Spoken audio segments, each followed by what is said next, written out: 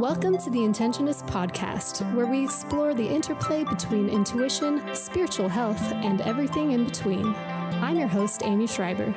And I'm Hilary Zwallen. Our intention is to create a dialogue that inspires you to consciously forge your path with curiosity and compassion for life and its mysteries.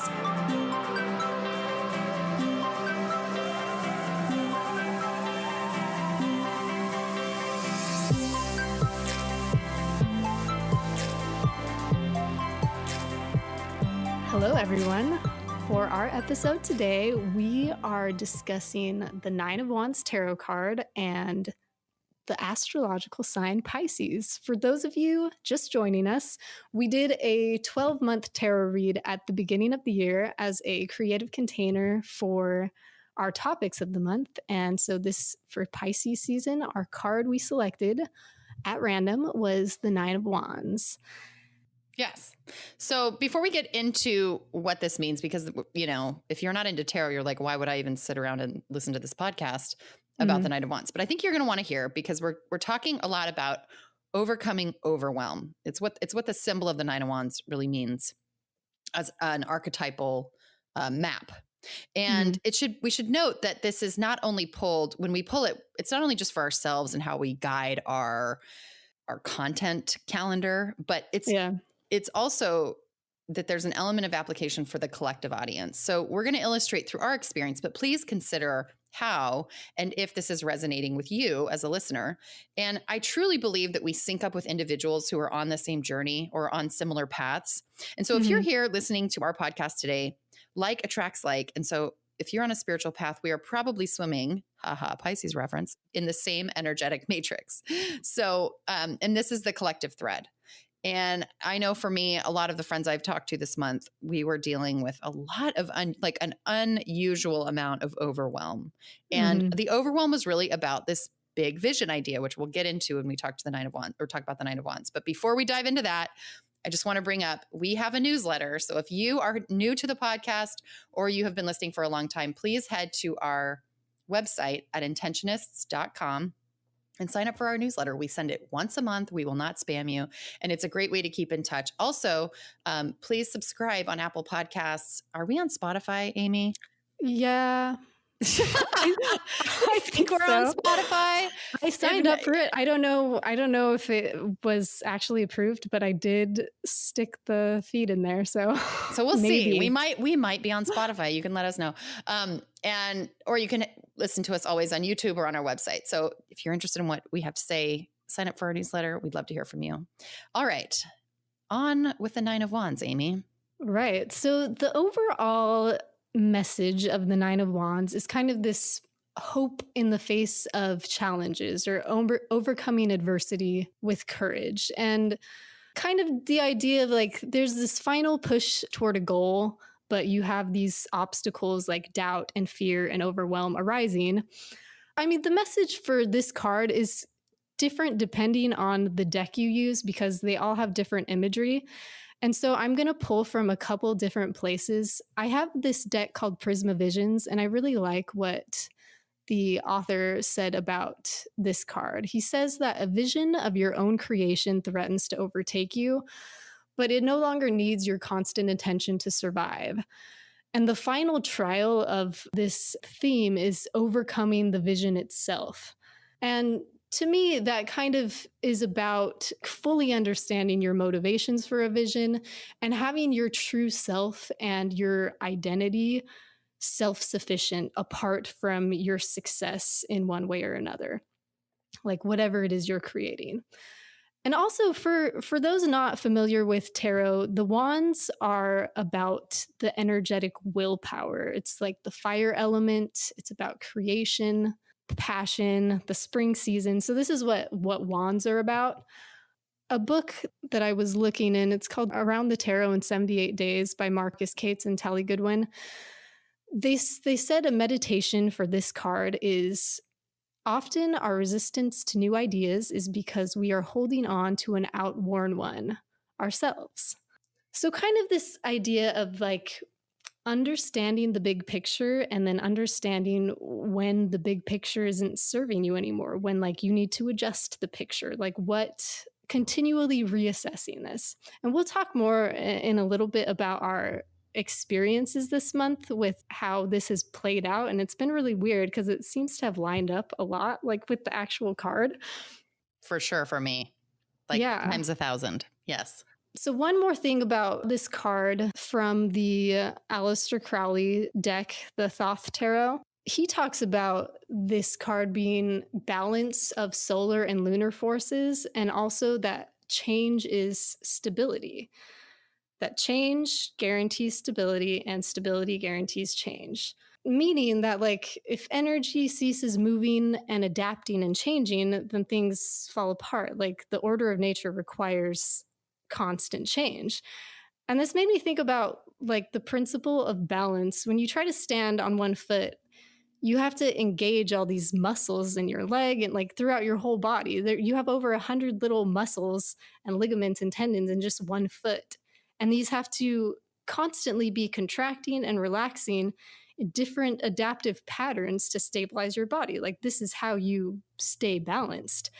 And I thought that, like, this was so interesting for us because we are in this point where we're trying to stay balanced in our own lives, and we're trying to stay balanced with pushing forward the podcast and continuing to put ideas out into the world.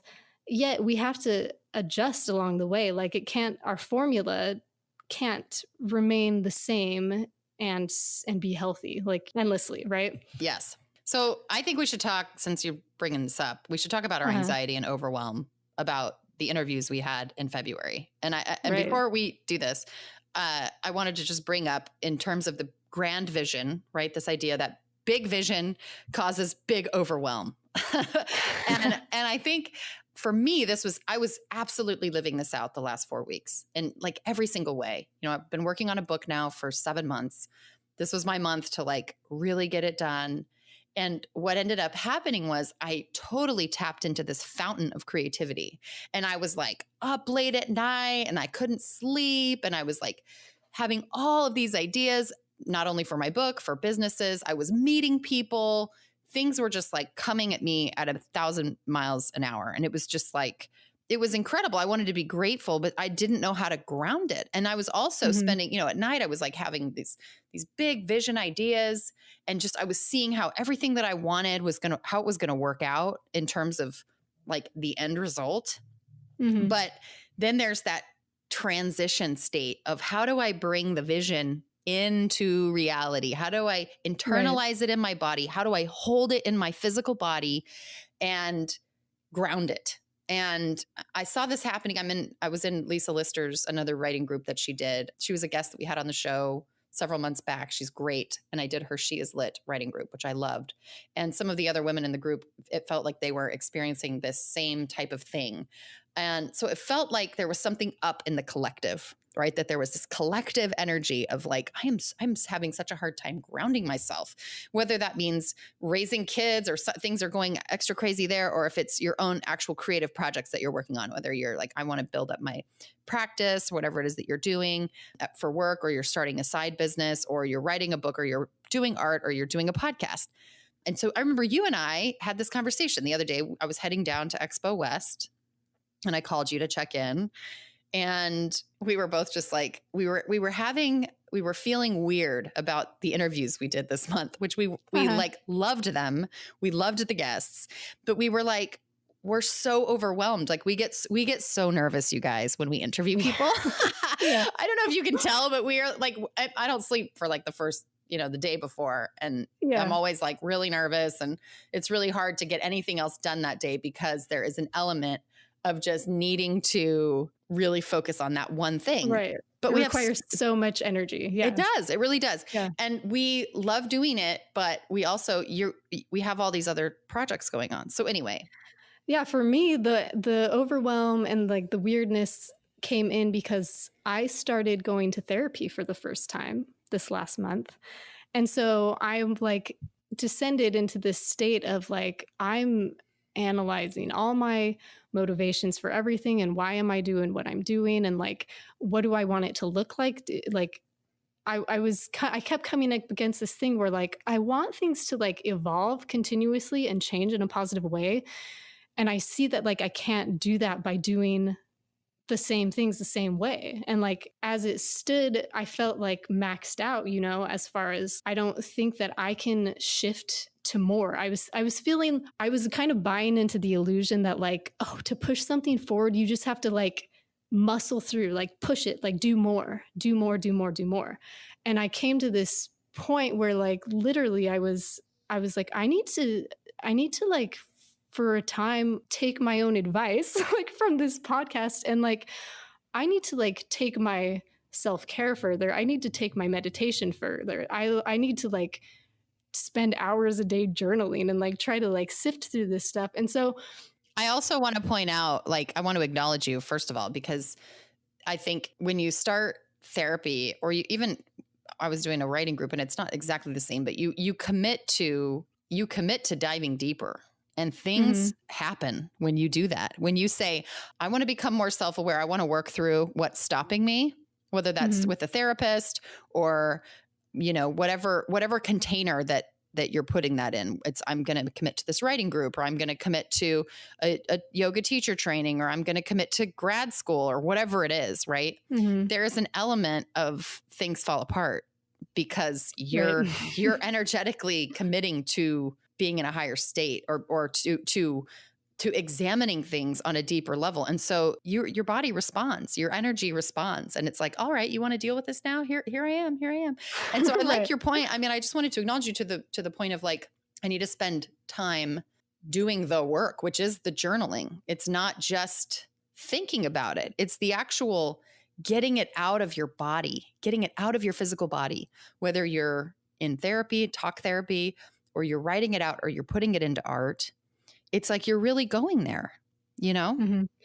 Yeah, I mean, I felt like for us, I had this idea in my mind that like, okay, we can't, if we don't put out 4 episodes a month, then that means like we're not doing it right. And it was this stupid like fake rule that I don't know like where it even came from. It was just like, that's just how we've been doing it this whole time. Therefore, if we decide to change it, it means we're like giving up, you know?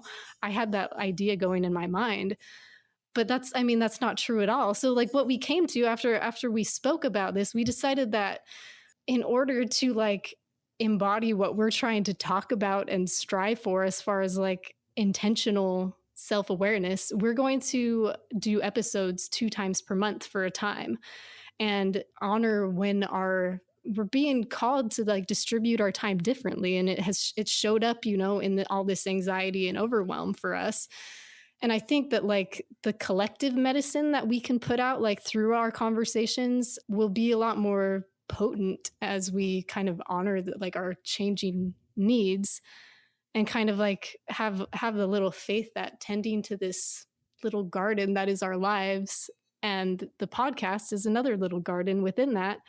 It doesn't have to be this unchanging formula. It doesn't have to stay the same. In fact, if it does stay the same, that's like in the 9 of Wands, it's things fall apart. Things don't go well. Like to adapt is to change and shift and evolve. Exactly. And so I would ask our listeners if there is some element to your life that where you're seeing a call for yourself to adapt, whatever it is that you're doing, so that if what isn't working and what is being called to adapt. So yeah. Part of like really looking inside and trying to improve your state of mind, your situation, whatever it is, it has a lot to do with just not being a slave to our preconceived ideas and visions, like we said before about the resistance to change. I was thinking as we were talking about this, what Oprah said in this interview. Mother Oprah. Yes. And a hush fell over the crowd. Oprah. Exactly. What did Oprah say? Tell us. She said that she never agrees to something unless she's certain she can be 100% present with that person or project, whatever's being asked of her. I mean, now she said there was time, like she learned over time, and she is Oprah now because she behaves this way. She says no when she's not going to be able to show up all the way. And yeah, I mean, it's just, I had me thinking of all these different ways that we can bring kind of more authenticity into the podcast, even because it's this weird little thing where we have conversations with each other and with other people, and hearing them play back, we really get a chance to see how graceful or graceless we are at considering other people, like just in conversation. And sometimes it's like, yeah, yikes, and sometimes it's like, oh, okay, that felt good. But it's just, when we talked about this last week, Hilary, I was realizing as we spoke, like how great it felt to have a conversation with you without an agenda. Like it feels like we are always talking like in like recorded podcast format, and it's different. And ideally, I would like it to be the same. Like I would like what we put out there to be like our actual conversations. And so like Right. slowly moving toward that,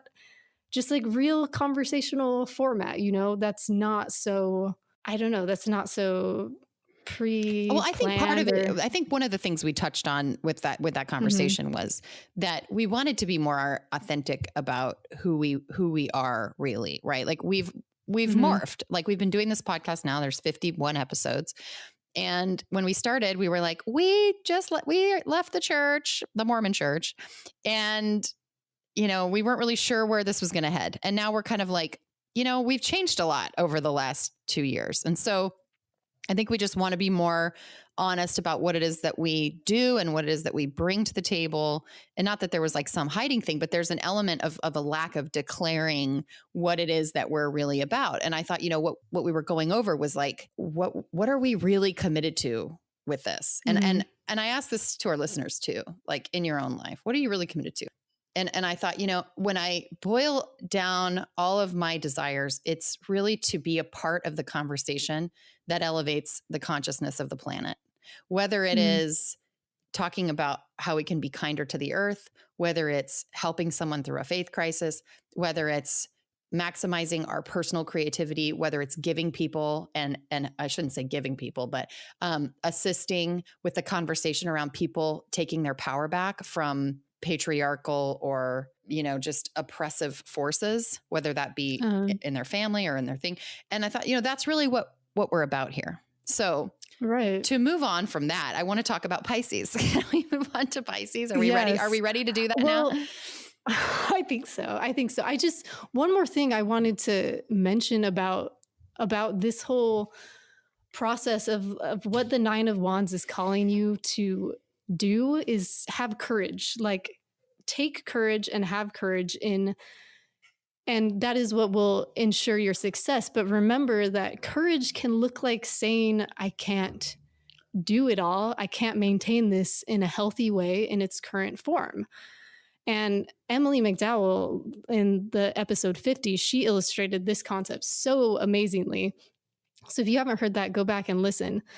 But yeah, this whole concept that courage has to mean like forcefully pushing forward, like that's not what it has to be at all. It could be, I need more time to meditate instead of talking about meditating. I need more time to feel my emotions instead of strategizing ways to analyze them in a way that might be interesting to an audience, and on and on and I on. love that. So Yep. yeah, just courage, and courage can look many, many different ways.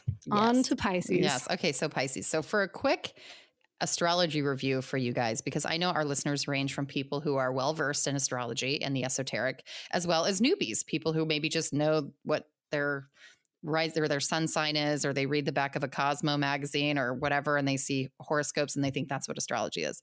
So we're going to try to strike a little bit of a balance in covering the basics and diving deep without being too jargony. My biggest beef with astrology podcasts, or whenever I hear people talk about astrology, is the jargon. I feel like it's really confusing to get it all straight when people are like, the conjunct moon of the blah, blah, blah. I'm like, what does that even mean? So That's a lot. it's a lot, right? I mean, I feel like I'm not a dummy, and I've been trying to learn astrology for a long time, and it's still really confusing. So it's kind of challenging. So we want to start with your natal chart. So you can go to cafeastro.com or cafeastrology.com and you enter in your birthday and then the time that you were born, and you can just get a free natal chart, and it'll print off, and you can print it off and see where all of the planets in your chart were when you were born. And that gives you a blueprint for kind of your basic personality. And so I want to just review really quickly. So the sun sign is the month in which you were born. And it's what we all say when we identify as what we are. So my sun sign is Capricorn because I was born in January. And it's the place where you experience the world from basic identity, essence, your central core, your conscious purpose.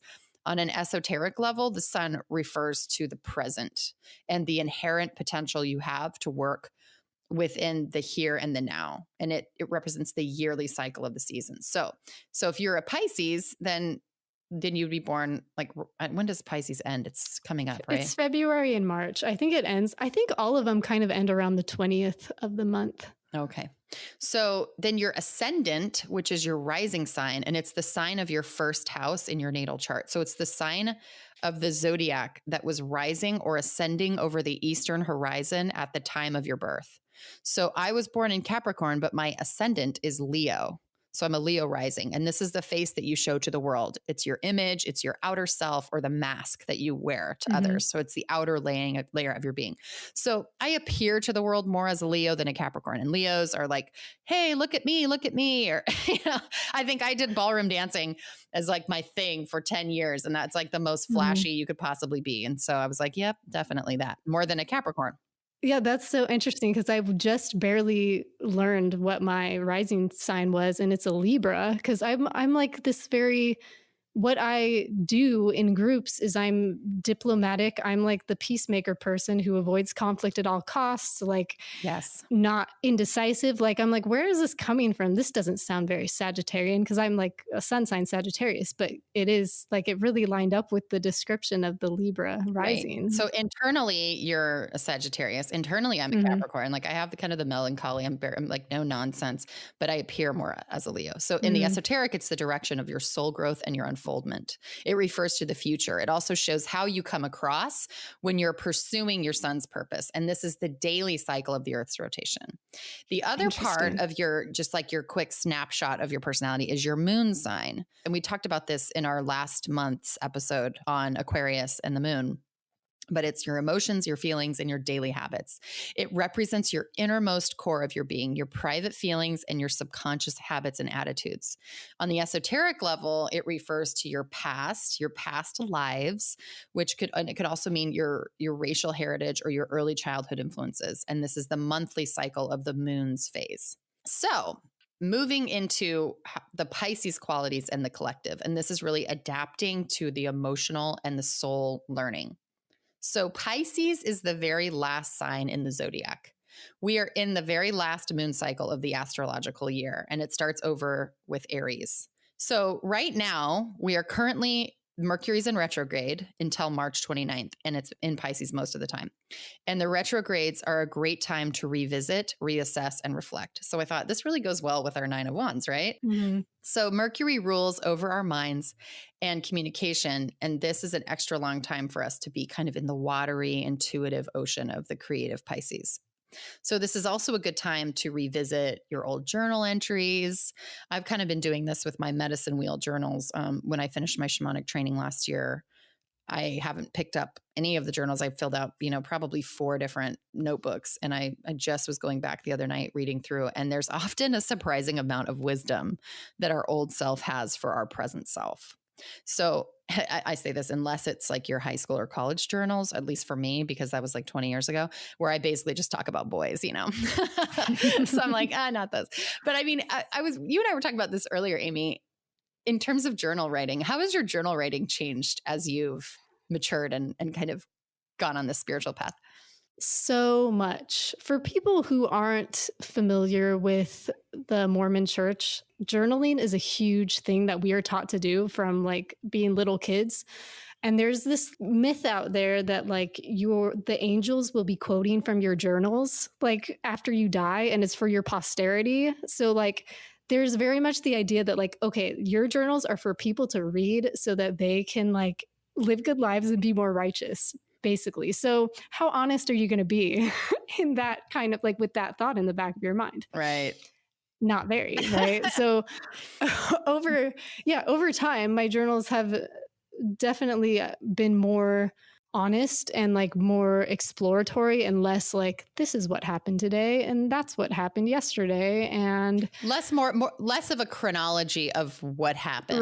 Right. And not to say that all Mormons internalize it that way, but I definitely had heard that. I don't know if it's a general authority quote or if it's actually like in the Doctrine and Covenants in the scriptures for Mormons. But that is definitely the sentiment that like your posterity will be reading this and they will learn how to live righteous lives. This will basically be scripture for like your descendants. Right. And on the one hand, it's like great to write down what happened, but I write the craziest stuff in my journals now. Like heaven help the person that finds my journals. It's like they're insane. It's like I'm just like basically throwing up into my journal as often as possible. And it really does help to process like what's going on in those places that don't want to be seen. So I'll sometimes just sit in my bed and like kind of cross my eyes and let my mind go blank and just kind of see what comes out. And sometimes it's like, wow, that's pretty cool. And other times it's like, dude, are you okay? Right. No, it's been much more like 100% symbolic, emotional exploration and like weird musings about like the weird dreams I have and the like whatever else comes up. Yes. So it's a good time to review your journals to see the patterns that are repeating themselves in behavior or in your thought processes. So Pisces also encompasses all the signs and it gives birth to Aries. This is Pisces landing at the end of the signs of the zodiac, and Aries is the eye or the beginning, which is willpower and right action. So little more about Pisces. Here's a little bit of astrology jargon. Pisces is ruled by the planet Neptune, which is a water element. What does that even mean, right? Like when people say like Pisces is ruled by Neptune, like I don't understand. So I think I understand it now. I'm going to try to explain it. So do you know, by the way, what it means to be ruled by the planet Neptune? Or am I just No. No. Okay. Please tell me. Okay. So this is what I think. So we have the planets in the solar system, right? And Neptune, it basically correlates to the phenomenon of the consciousness itself, like consciousness in human form, to infinity and to timelessness. And I got this, I'm paraphrasing this, by the way, from the Evolutionary Astrology Glossary by Jeffrey Wolf Green, which is like a super deep, awesome book. If you're into astrology, I recommend getting it. So it's the ultimate reality versus man-made reality. Neptune is the creator of soul for its evolutionary purpose. And so Pisces being ruled by Neptune is going to manifest those qualities over a period of time. When you're if you're in Pisces, it's about our deep soul's creativity, it's like they say, it's watery, it's intuitive, it's really soulful, right? It correlates to the source of all things, or to God or goddess, and our natural relationship to the source. And it correlates to the ultimate meaning versus temporal meanings that we give things that ultimately don't really have any meaning when we measure it against the ultimate meaning. Is that kind of like a riddle when I say it like that? No, that's so funny because me and Danny, my husband, had like a 5-hour conversation this week about like ultimate truth and like not ultimate truth, and the ultimate reality that no one knows what's going on, and the little realities that we're trying to like be functional in everyday life. And that reminded me of it that. Sounds like Pisces energy is infiltrating your lives. That's perfect. It's like the right it's the time of the year to be doing that. So it's also part of transcendence and the need to transcend temporal reality, because it's in the 12th house, which is the end of the astrological, like we've said this before, the astrological or the zodiac, right?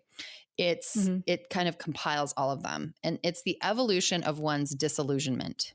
So this is really challenging when we face our own deep inner void, when the disillusionment is occurring, right? So I would say like, hello, faith crisis for me, right? And when you start to realize like everything that I thought, it's when we approach whatever topic it is, even if it's like a failing relationship, right? Like it doesn't even have to do with religion or faith. It can be like, I thought I was buying into this whole narrative that the relationship I had with whoever was a certain way, and I'm starting to see it for what it really is. And so I'm transcending what was happening, what if it's an unhealthy situation or whatever. So Mhm. emotion specific to Neptune, and this is in regards to the disillusionment of reality, right? This is like the real deep life crises. It's hysteria. And it's also empathy. So it balances that, it balances between when we're kind of in reaction to our temporal falling apart, it's hysteria. Mhm. And when we are in trust and when we are in flow, it's empathy. So empathy allows us to learn how to love our neighbors, or as Jeffrey Wolf Green was putting it, always put other people first. And this is his quote from the book that he says, Jesus is the ultimate manifestation of this. So remember, Jesus ushered in the Piscean age with his birth. And we are just ending the Piscean age and moving into the age of Aquarius, right? And they're roughly 2,000 year cycles. So he was the ultimate manifestation of this, always putting other people first, or the pure love frequency. And he had 6 planets in Pisces, and Neptune conjunct his south node. His south node of Neptune, this is a lot of jargon here, was in Capricorn, which is ruled by his Saturn in Pisces. So I don't know how Jeffrey Wolf Green got Christ's natal chart. Minute of birth. Yeah. I was like, dang, but I'm just quoting it here. So I don't know. Good for him. When a soul has committed through desire to reuniting itself with its own source, and this is, I think, the Christ part, right?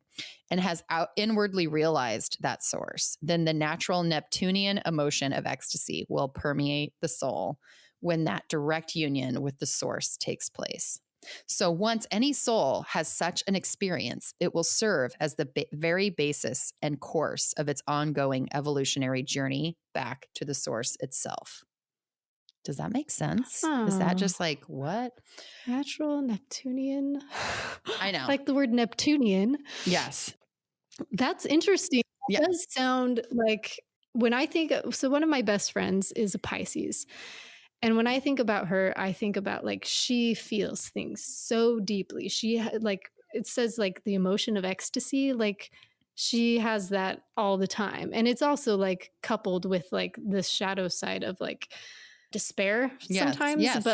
But her like ecstasy is what like guides her in life. Like her emotional, like she's very in touch with her emotions, which I admire so much in people, because I don't know what to do with them at this point. But yeah, that's an interesting quote. Well, and to your point, right? So there's always like the positive sides, or what we would view as positive, like to your point, which is like highly intuitive, Pisces. If you have a lot of Pisces in your chart, you're highly intuitive. They basically have all these words, these keywords for Pisces here in this book by Jeffrey Wolf Green. And he talks about the mystic, the medium, the savior, but also the martyr, the victim, the persecuted, the hopeless, the helpless, the weak boundaries, but also, the fantasy, the poet, the dreamer, right? So there can be those, you can kind of look at your own Piscean energy and note that when we are collectively in Pisces, these are the elements that whatever's happening in our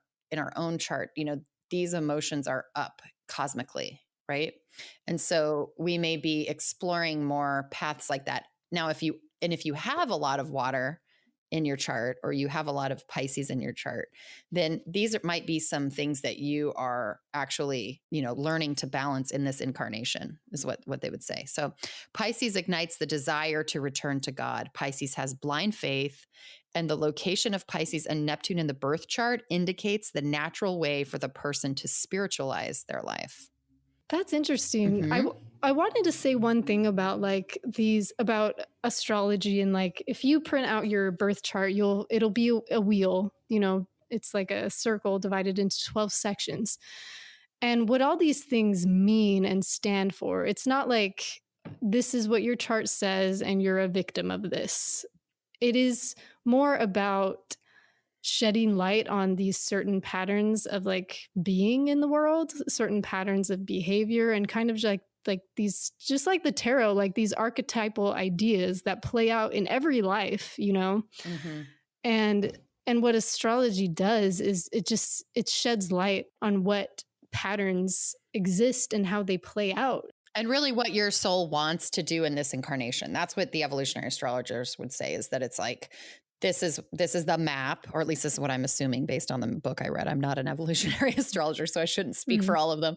But but in this book, it's basically like this is the blueprint of this incarnation of why you're here in this life, right? So in this particular life, you came in to learn to balance these things. So if you have a lot of Pisces energy, they talk about the Pisces Virgo connection. So all the signs have their opposites. And so Pisces and Mhm. Virgo, like the Virgo energy is totally different. And so Pisces can draw on the energy of the sign of Virgo, which is a lot more, it's an earth sign, and it's it's more judgmental, and it's totally the opposite basically of everything that we just said with Pisces. And so it's kind of it's a call to say, all right, so you have these superpowers, these Pisces superpowers. You might be a really amazing dreamer. You might be a really naturally spiritual person. So maybe part of your mission in life is to learn how to show up in the world a little bit more rather than withdraw. I'm just I Mhm. don't know. I don't know. I'm not saying that that's anyone's particular thing, but it's exploring kind of the range of the emotions and the experience that life has to offer. Yeah, that's interesting. I like how you mentioned like the connection between the sign and its opposite as a way to bring balance, which is what we were speaking about with the 9 of Wands. The other thing about Pisces that I was reading about was that they can be great at adapting, like they can be great shapeshifters. And the myth that is associated with the constellation of Pisces, the Greek myth, there's a bunch of them, but the Greek one is that Aphrodite and her son Eros, or Venus and Cupid in the Roman names, they were attacked by Typhon. I don't know if he was a Titan or some monster, but they escaped by transforming into fish and swimming down the Euphrates River. And they tied themselves together with a cord so that they wouldn't get lost. And they were able to change themselves into fish. Like the Pisces, I think the sign is it's fluid like water. It's mutable. This is not a fixed sign. And what we can learn from this type of energy is that we can use our emotions to adapt. Like emotions we can either drown in them or we can use them as tools to adapt to situations for like our highest good. Like Aphrodite and her son, they're, I'm sure, filled with fear at this monster going to attack them. But instead of drowning in the fear, they're going to change themselves into fishes. And to your point about the water, it just made me remember this other point about, Pisces being the water sign, but it's also about perspective. Like Pisces can have really unique perspective, and the idea that if Mhm. we zero in on a wave, we can kind of say like, oh, the wave starts here and ends here. But if we zoom way far back, it's really hard to understand where the beginning of it's just all water, right? And Mhm. the water always wants to return to its source. And so it's a reminder that the reason why there's this emotional, intuitive, compassionate side of Pisces is that our soul's desire in this 12th house, right? This is the end of the full cycle. It's to realize its total potential, which in the end is to consciously unite itself with its source, which is God or goddess or whatever. Oh, Isn't that cool? I like that. Yeah, that's Yeah. great. So for a little assignment as we come to an end here, and I mentioned earlier that we are basically at the end of the Piscean age and the beginning of the Aquarian age. So we're moving into a new cycle of the next 2000 years. And we did do a Ages of the Zodiac episode back, gosh, almost a year ago. And Yeah. so if you want to look through our archives, you can learn more about the Piscean age versus the Aquarian age and what to expect. But your homework, if you want some homework or a challenge for you guys, is to go and print Mhm. out your natal chart and really discover all the aspects of yourself, because we are going to be going through each sign for the rest of this calendar year. And so it'll be fun for you guys to get more in touch with whatever's going on if you haven't already done that. Yes, and the other challenge, which Hilary mentioned earlier in the episode, is to revisit some of your journals and notice what kind of patterns and cycles played out then and are playing out now. And yeah, just see what wisdom your past self has for your current self by doing that. So have fun with that. I know Yes. that we will. Yes, that's what we'll be doing this month. And please connect with us on Instagram. And if you've enjoyed this podcast, tell a friend or share. We always appreciate any additional support we get. And we thank you guys again for listening, and have a wonderful week. Before we part, we'd like to say thanks for listening, and we hope you'll connect with us on Instagram, Facebook, and YouTube. We would love to hear from you and appreciate all feedback, shares, and likes. To learn more and subscribe to our newsletter, visit Intentionists.com. And no matter where you are or what you're creating, we send you love and invite you to breathe and begin. See you next week.